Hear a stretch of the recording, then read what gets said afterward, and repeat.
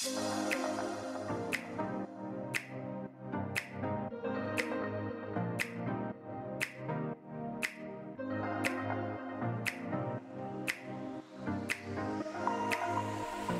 to the Feel Your Best Formula podcast. Are you over 40 and tired of struggling with your weight, dieting, and constantly feeling like you're starting over with nutrition and fitness?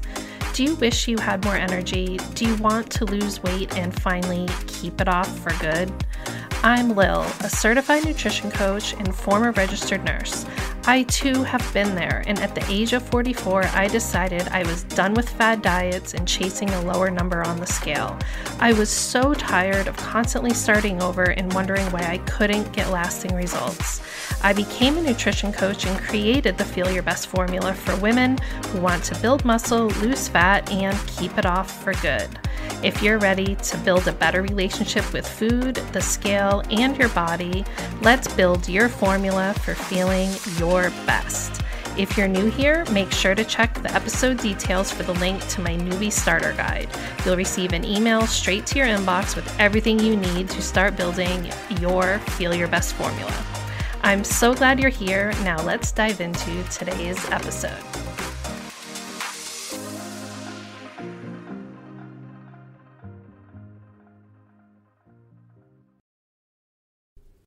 Good morning. Welcome to the Feel Your Best Formula podcast. I'm Lil, and today we are talking about the things that I personally stopped doing in 2023 that changed everything for me. And the reason I think it's so important to talk about the things that we don't need to do is because you have to do that. Think about when you are reorganizing a drawer or you're cleaning out your bedroom or doing what we did, cleaning out our basement. It's a huge project, but what is the very first thing you have to do is you have to clean out the junk that is taking up space that you don't need anymore, because that junk is preventing you from moving forward and enjoying the new environment that you are creating. So I am a big believer that you have to treat your habits and your health and wellness the same way that you treat a physical space, because your health and wellness is the foundation for literally everything in your life. If you have experienced a time in your life where you have suffered with your health and wellness, where you have not been able to be as mobile, or maybe you've had pain, that is when you realize how important health and wellness is to every other aspect of your life. And I'm acutely aware of this just from my own experience with chronic back pain.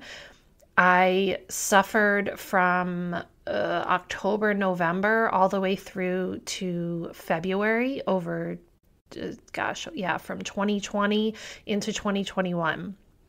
So, we're looking at 3 years ago now. It feels like I can just remember that time so well, but I literally I bent over to pick up the mail. And have you done that? You just do something totally normal, and then all of a sudden something just clicks or snaps, and I couldn't stand back up. It was horrible. I hobbled back into the house, bent over, still carrying the mail in my hand, with tears in my eyes, going, oh my God, what happened? And I just got myself on the couch, took a deep breath, and that was the beginning of the next few months of my life that were awful. If you've ever had back pain, then you know what I'm talking about, how debilitating it is. And it was during that time that I really started to think about and start building a bit of a new perspective. It took me, I guess it was exactly 1 year later, where I really started doing things differently and walking away from the programs, the fitness programs, the diet programs, and things that had been a way of life for me for a very, very long time. Because I just started to realize this is not working for me, if I'm always finding myself pretty much back in the same spot and never really fully satisfied with my day-to-day habits, something is not right. And the first step on the way to a new beginning is letting go of the things that you do not want to carry with you, letting go of that baggage. And 2023 was the year where I really fully unloaded and threw so many things in the dumpster, so many things that I finally let go of completely, that I'd kind of been hanging on to with a little bit of a thread, because I think when things are so ingrained in us, it can be really, really hard to let go of them. And many of the thoughts and beliefs and the habits that I had came from decades of just thinking this is the way things should be. So if you are serious about moving forward in 2024, then not only is it that you need to start doing new things, create new habits, but you're going to have to throw some of the old baggage into the dumpster so that you can start fresh. So I came up with 20 things. This was seriously one of the easiest preparations for a podcast episode I've ever done. I was just like, boom, boom, boom, boom. It is so easy for me to pinpoint these things that I no longer do or no longer think or believe, because the feeling I get when I think of going back to living that way, believing those things, it honestly just kind of makes me go, ugh, yuck, no, I don't want that.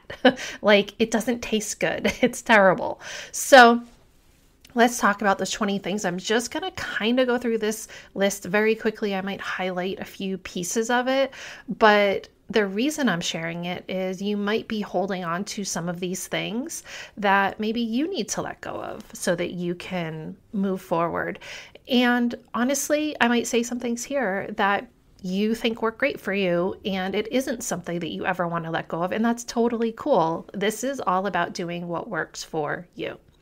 So the one thing that I've stopped doing that kind of kicked off this idea for this episode is the fact that I no longer track my water.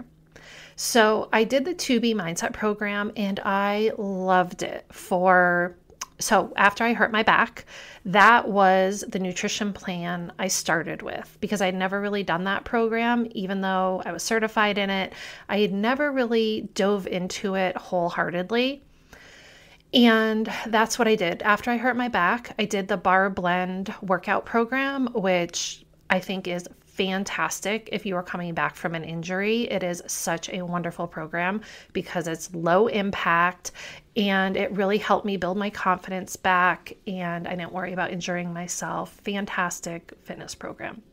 So I was doing Barre Blend and I was doing 2B Mindset. And one of the major tenets of the 2B Mindset program is this concept of more water equals more weight loss. And of course, I was trying to lose weight because I had basically been bedridden for months off and on. I mean, I got to a point where obviously I had to drive my kids to school. I mean, when you're a mom, laying in bed and just resting all the time is virtually impossible. So once I got into physical therapy and, could really do the bare basics and just tried to get through day-to-day life, I got to a point where I knew I needed to get moving again and start back with workouts and eating.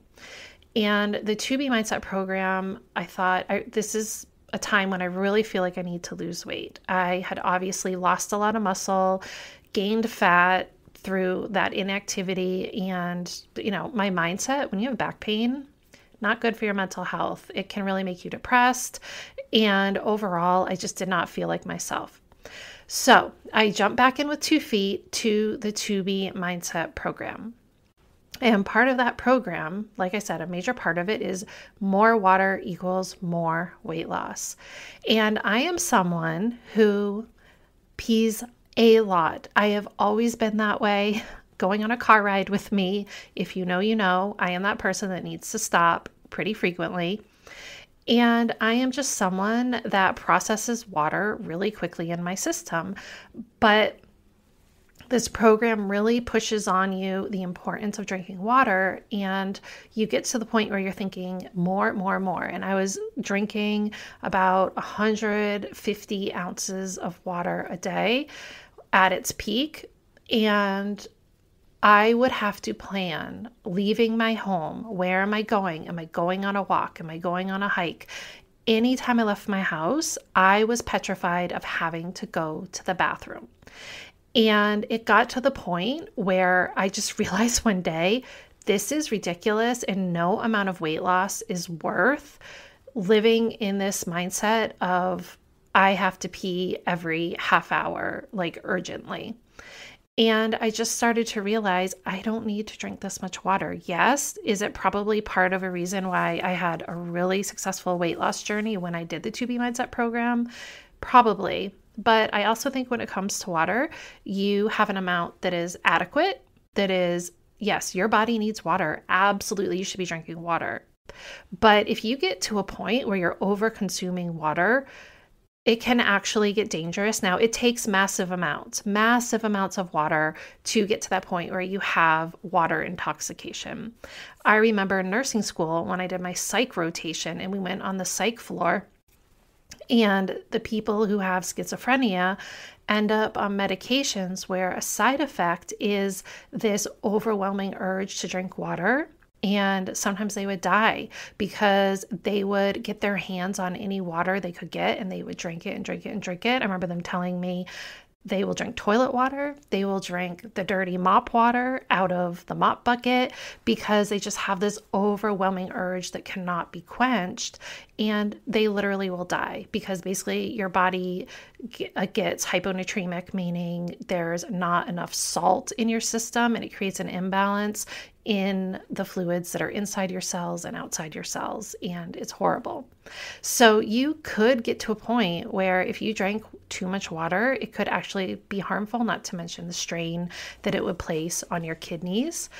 But I think personally, taking the time to ask yourself, what is the proper amount of water for me? What works for me? And not constantly trying to drink more and more and more water just because a program is telling you that that is what you should be doing. I think it's much more empowering to just look at what works for me.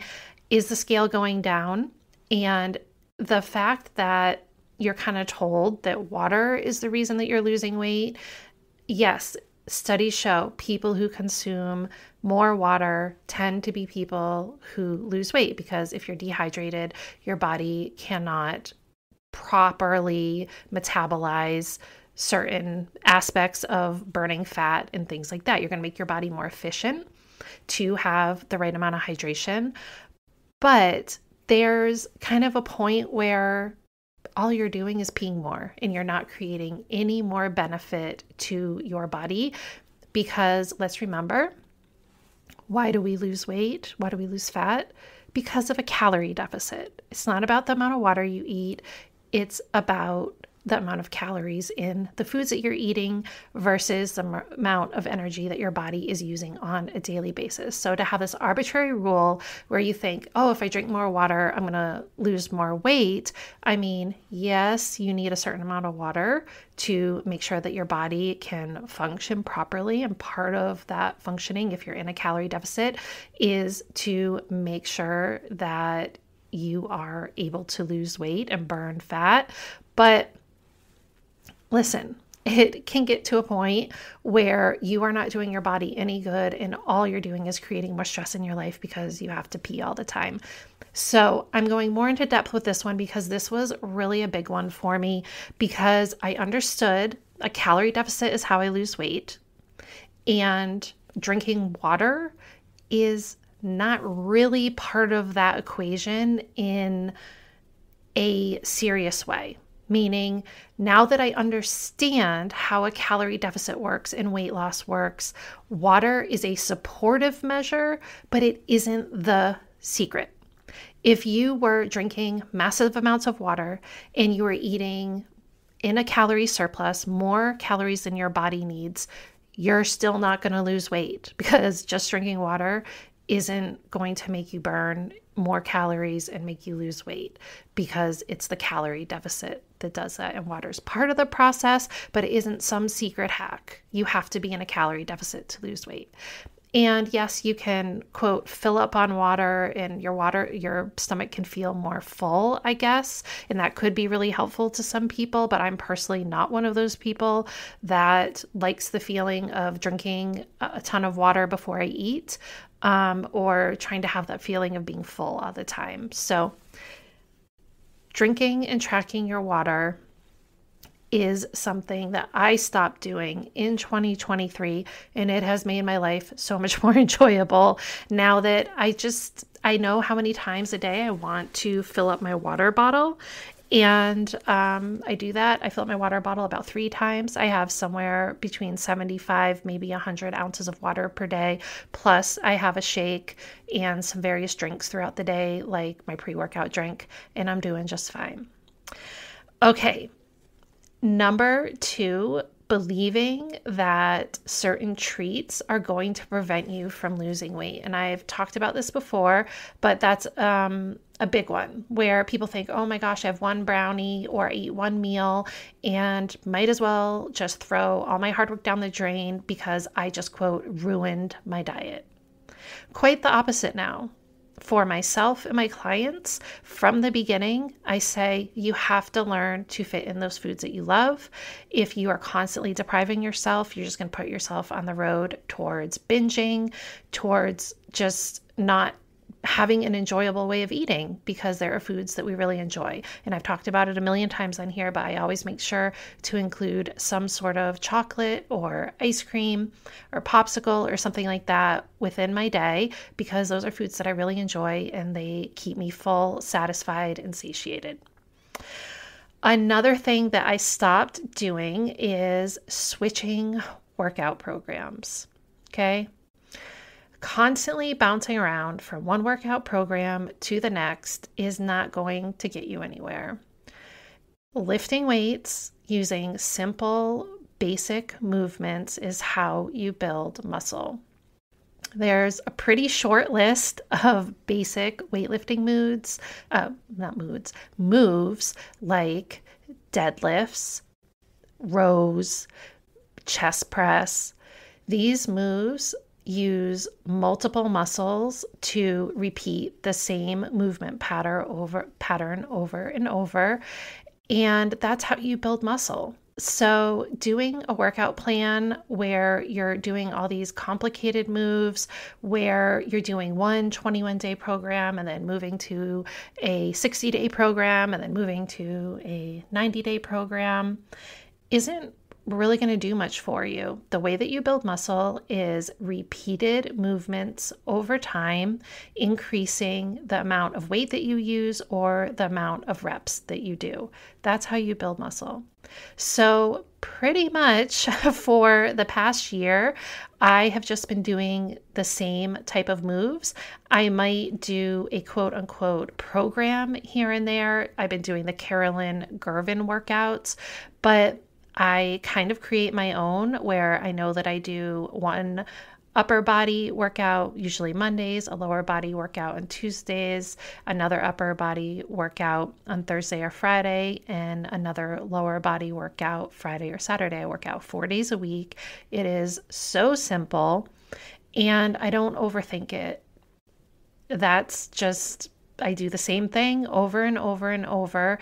And what's really exciting is seeing the results. If you feel like you need to be entertained when you are doing your workout and your workout needs to be exciting, then you're probably not going to get the ultimate results that you really need, because a workout, you can fit in those fun things. Maybe you're someone that likes Zumba or something like that, which sounds like that would be more of a fun type of workout. That's great. Do that once or twice a week, but also make sure that you are putting aside time for the boring basics when it comes to lifting weights. And I will tell you, it's not boring. when you see how strong you get. There is nothing more exciting on your fitness journey than realizing you can move up in weights. Today, I went from 25 pounds all the way up to 30 pounds with my one leg Romanian deadlift.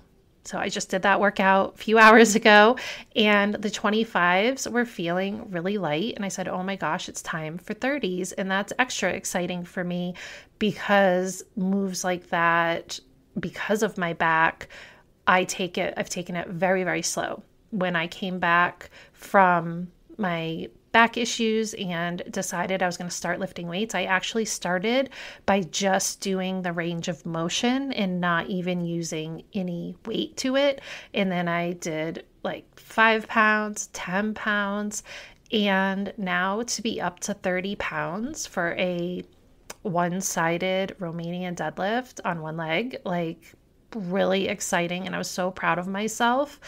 And that's exciting, but you kind of got to do the boring things of repeating those same exact workouts or same exact moves over and over to build that muscle and get to the point where it is exciting. Okay, what's up? Next, we are going to talk about associating a lower number on the scale with being, quote, good. I stopped looking at that number on the scale and saying, oh, yay, it went down, and oh, boo, it went up, and I'm no good because the number on the scale went up. I stopped making that association, and I just learned to see the scale for what it was. And even during this fat loss phase, I have such a almost apathetic approach to the scale where I'm just looking for the number, and it's not about what the number says per se. It's just representative of, am I doing the right thing when it comes to my food, when it comes to my activity level, so that it is moving in the direction that I want over time. But if it spikes up a day here and there, it doesn't ruin my day. It doesn't make me say, oh, I'm terrible, I'm getting fat, like blah, blah, blah. That type of chatter in my head has stopped. And that has been one of the most powerful pieces in my ability to move forward towards new goals and just feel better about myself overall. Okay, the other thing I stopped doing is putting limits on how strong I think I am or how strong I think I can get. And I've told you for years, the heaviest weight I think I lifted was like 20 or 30 pounds. And just because that's kind of what I saw in the programs I was doing, the instructor that I was following never really lifted very heavy.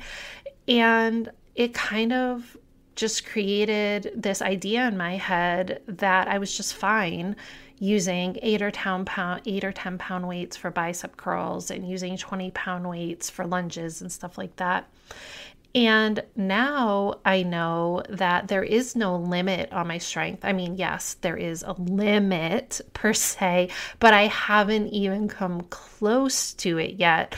The fact that I'm only using 30 pounds on a one-leg deadlift, I mean, I want to get to 60 pounds. And constantly knowing that I just want to see how strong I can get versus just sort of having this arbitrary idea of, oh, women shouldn't lift heavy, so I really should never even try to do 20 pounds, and 20 pounds is fine. Versus now I understand, okay, if I do my full set with a certain weight and it doesn't even feel that hard, then it is time to move up and use a heavier weight. Okay, this is a big one. I have stopped obsessing over food.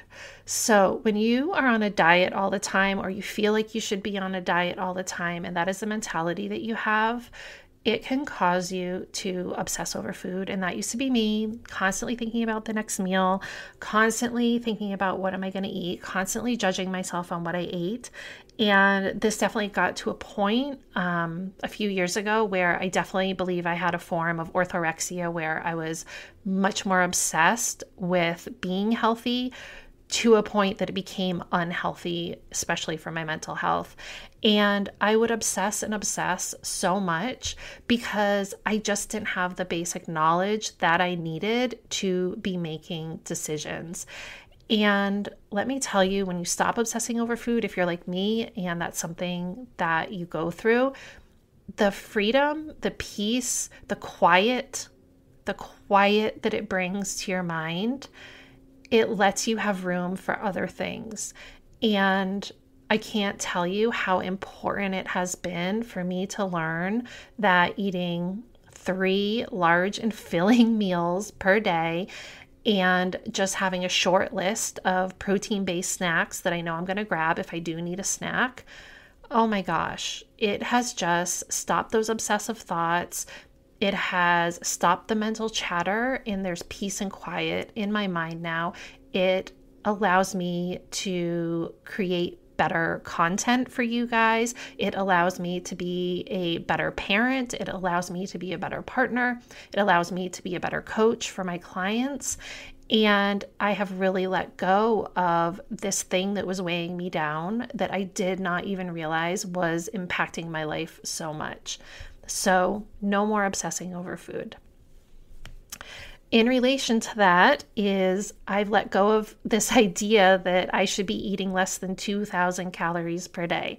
Let me tell you, when I first started doing my macros and I saw that my number of calories I should be eating per day had a 2 in front of it, I was like, that cannot be right. And I kept doing the calculation over and over and over and over.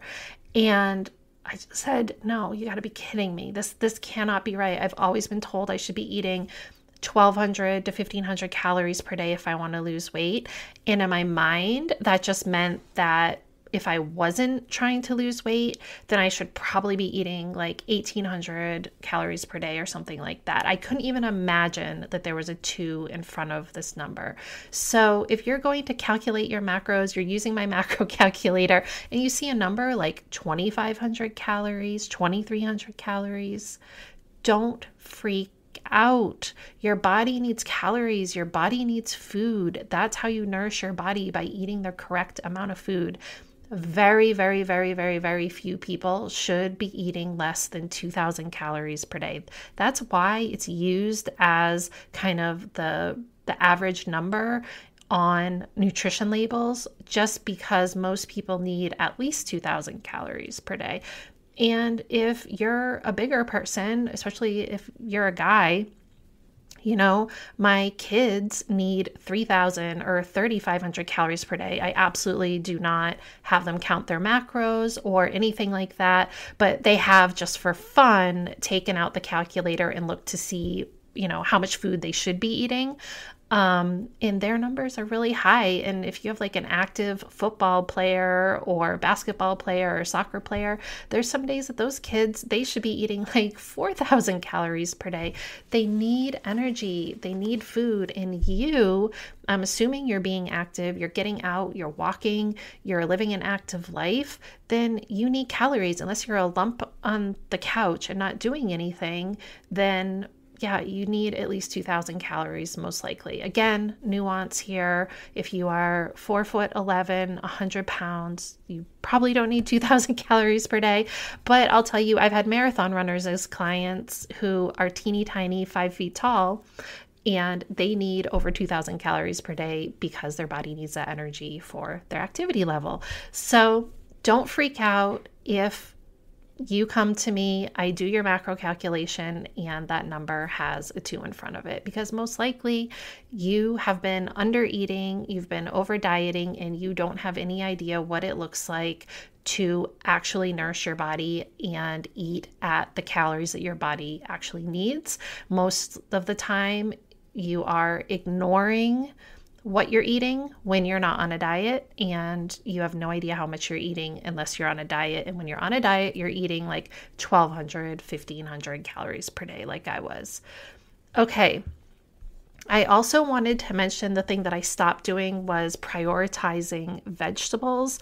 Again, this comes from the 2B mindset, with this idea that you should always just be eating veggies first, veggies most. And it can be really hard. to constantly just be eating vegetables all the time. And vegetables are wonderful. You need them. You need them for fiber. You need them for micronutrients, but they're not what keeps you full and satisfied between your meals. And protein is what keeps you full and satisfied between your meals. So now I prioritize protein. I eat tons of veggies. I love veggies, but I eat them in a way that I enjoy. I mean, I love a big salad. I love to have all kinds of vegetables as a side dish. But when I was on the 2B mindset, it's like your meal just revolves around these vegetables that fill you up in the moment, but then I would be hungry like 2 hours later because they're not giving you the protein that you need. And now I've learned that if I prioritize my protein, I can go a good 3 to 4 hours between meals and not be hungry.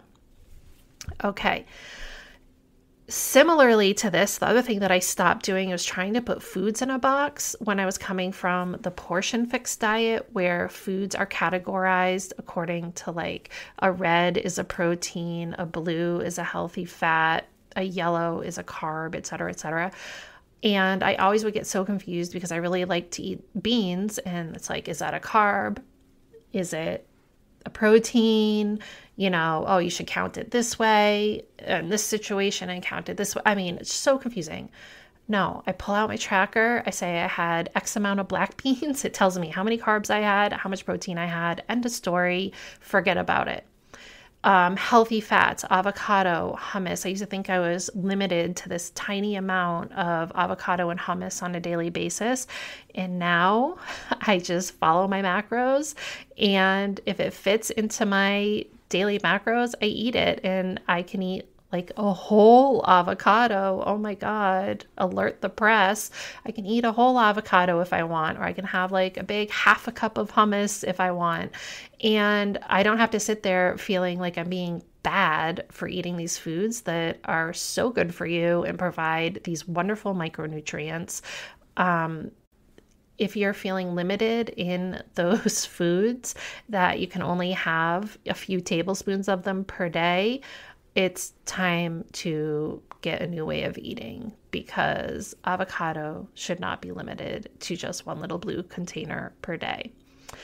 So yeah, I don't fit foods in a box. I just plug it into my tracker, and my tracker tells me, did I hit my protein goal with this food? Did I hit my fiber goal with this food? Other thing, avocados, excellent source of fiber. So you can use those to hit your fiber goals. So I don't try to look at foods and label them. I just look at foods and decide how it's going to help me reach my goals.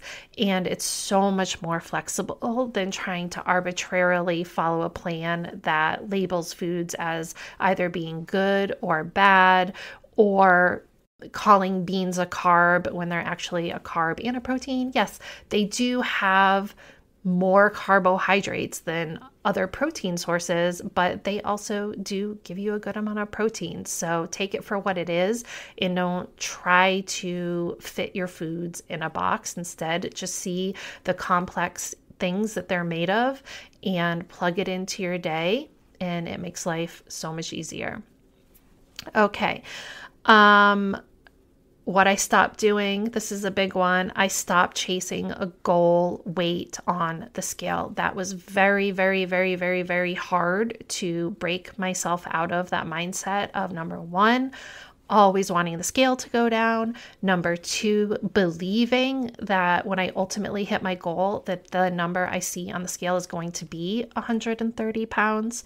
And that is something I've really worked through. And eating in maintenance is so helpful to help you see and understand how food and lifting weights and building muscle and all of this works together to create a truly healthy lifestyle.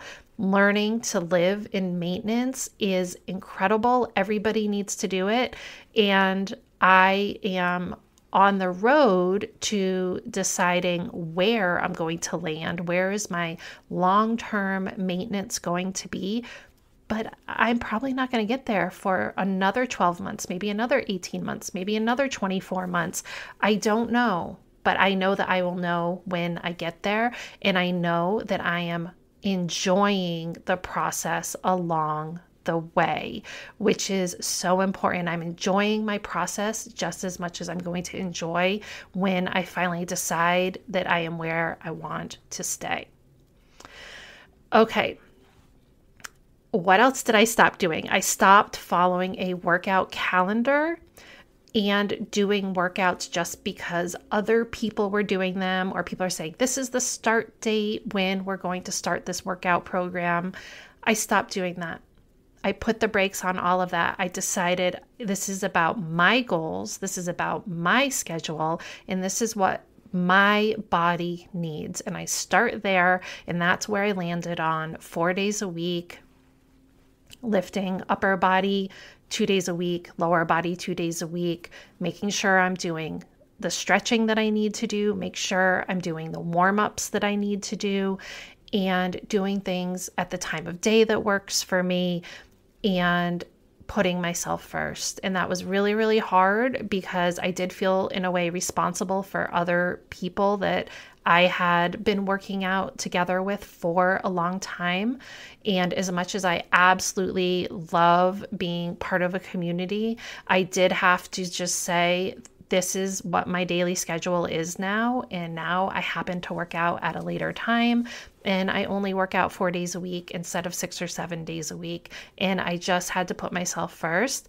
And as hard as that can be to sometimes step away from things that you were doing for a very, very long time, when you get into the habits and the routines that really work for you, that is priceless. And it's not something that I'm willing to give up because it's just what I needed to do for myself. So I don't follow a workout calendar that someone else made, and I don't start programs just because someone's doing a program and, this is a start date or this is the date that certain boot camp starts. I don't do that. It's a never ending journey. I saw in one of my fitness groups, someone saying, I just finished this program and I'm trying to decide what to do next or whatever. And I totally understand that question. But it was like they were just going to stop doing what they've been doing, even though they've had these great results. And it's like, no, you need to keep doing what you were doing. There is no end date. You just got to keep going, and you can change things slightly, but you don't want to go from doing a weightlifting program to all of a sudden doing a cardio-based program, because then you're going to lose all the progress that you made lifting weights. So you just got to decide, how many days a week am I lifting weights, and stick with that pattern and fit in the cardio workouts if you really enjoy them. Yeah, you can totally do that, but you need to be lifting weights at least 2 or 3 days a week to give your body what it needs to thrive. So additionally, in relation to the workouts and doing workouts on other people's times or going to classes and things like that, maybe that you used to do, I no longer choose workouts over my sleep. And working out 4 days a week has given me that flexibility that I need. But I used to really struggle with feeling guilty about choosing sleep over a workout and thinking that that was bad. And now I understand that rest and recovery is so essential to building muscle and getting those results that you want, and burning fat as well. And I choose to sleep a little bit later plenty of days rather than get up and do a workout, because I could wake up at 4:30 and do a workout every day, but the fact is I don't have to do that. And I would rather stay up until 10 p.m. than go to bed at 9 just to get up and do that workout super early. So choosing workouts over sleep is something I've stopped doing, and I will never do that again. I will never go back to that mindset of a workout being more important than sleep, because it's not. I also stopped looking outside myself for accountability, and I take 100% accountability for my commitments, for my fitness, for my nutrition. And I don't look to anyone else to hold me accountable. I look to people to share ideas with. But at the end of the day, it's about self-discipline and it's about self-accountability. And I think that in the past, I used to look to other people to hold me accountable because I didn't trust myself. And it's so silly. It is not that complicated. It's about making a decision and sticking to it and being able to realize that you're the only one who can make that decision, who can actually follow through with it. It will change everything for you. So it's great to have people that you know are part of what you want to do and that they're on a similar journey, but you've got to take accountability for yourself. Okay, I stopped feeling guilty about taking rest days and not working out 6 or more days per week. I've kind of already touched on this, but it's not just about sleeping in or following a workout calendar. It's just about this general idea that you should be doing this intense workout 6 days a week or you're not going to get results. It's just not true. Now, if you are an elite athlete and you are training for the Olympics or something, then yeah, you probably got to work out 6 days a week, 7 days a week. But if you're a regular person, just like I am, where you just want to fit in food, fitness, you want to maximize your results, you want to get the ROI on the actions that you take to keep yourself healthy, then recognizing that more is not better and just finding that sweet spot for yourself where you get results, you enjoy your habits, and realizing that it doesn't have to take over your life. That is, I think, what most of us are looking for. So no more feeling guilty about not trying to keep up every day with some sort of like it wasn't a successful day because you didn't have some crazy hard workout. That is just not how it needs to be. So I totally have walked away from that way of thinking. Another thing I've stopped doing that doesn't even really have to do with food and fitness, but it's just generally feeling obligated to say yes to other things in my life. And I'm very picky about the things that I join or the ways that I volunteer my time. And I now know, like, my sort of gut instinct over whether or not to say yes or no. If I feel like feel myself saying yes to something because I'm like, oh, well, I really should do this because it's an obligation and XYZ. There's some reason that I should be doing this. I know right away that is probably something that I probably should not be doing. So I need to say no. But truly helping people because I want to help them and doing extra things because that is how I truly want to spend my time, not just doing things because other people are doing them or I think that I should do it. How we offer our time and energy to other people is really important, and it can be very depleting and sap our energy when we are doing things out of obligation versus doing things because we truly want to do it.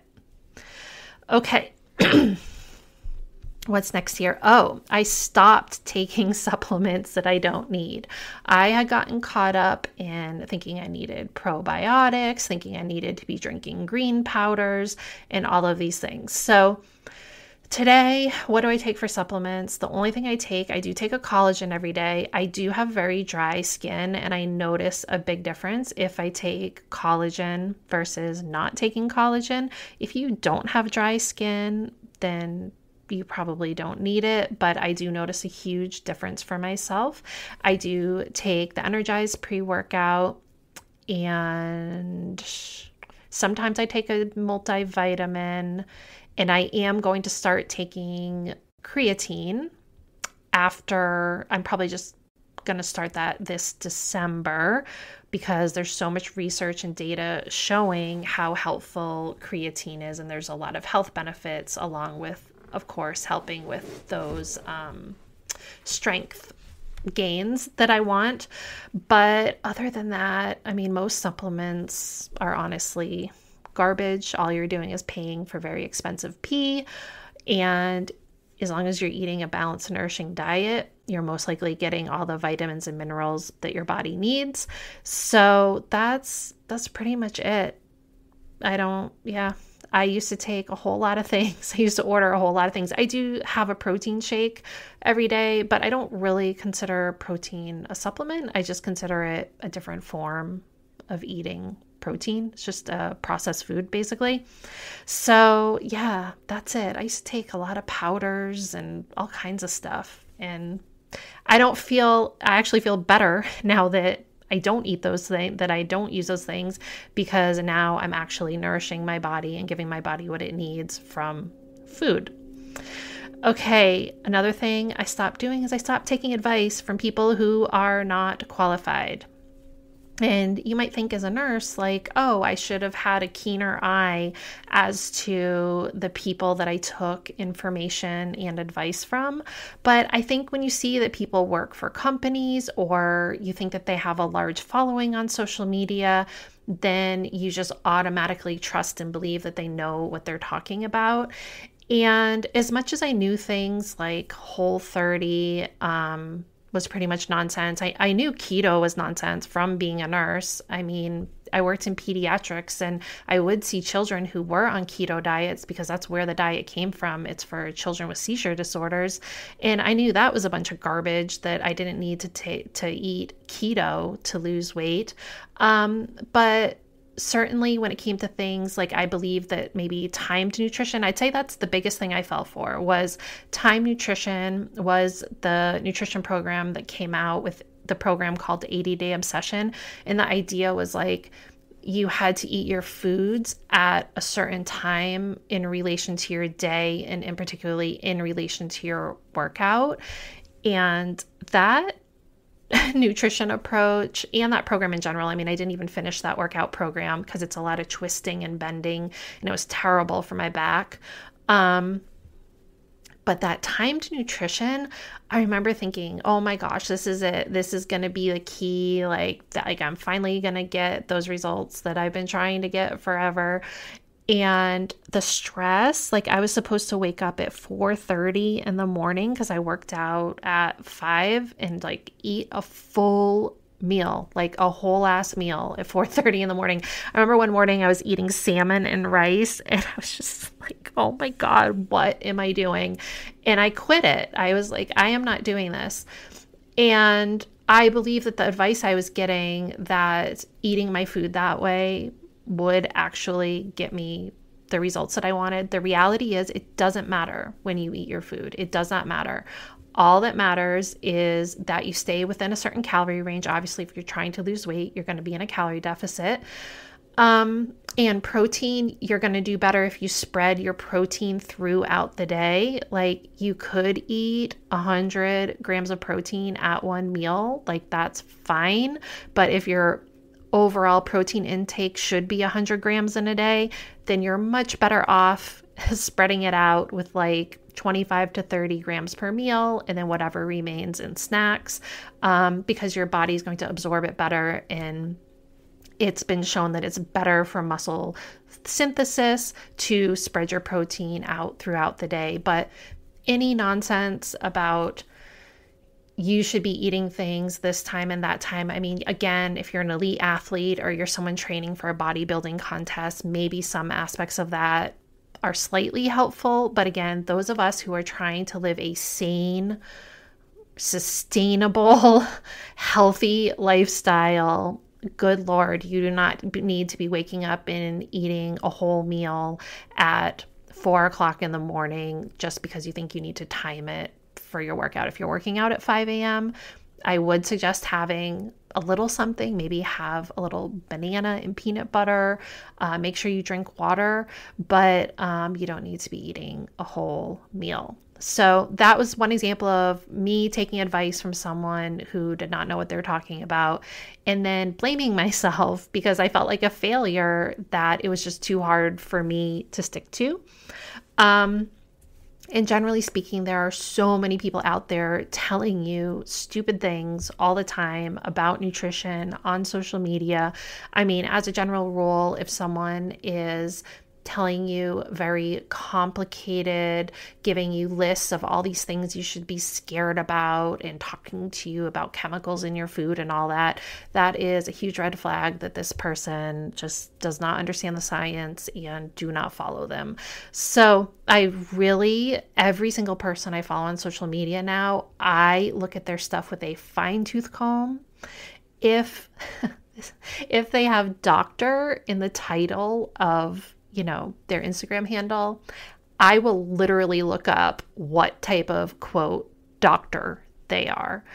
And there's a lot of chiropractors out there, or people with just randomly calling themselves doctors that I'm not even sure where they have their degree from, but they're certainly not MDs, who put doctor in their title.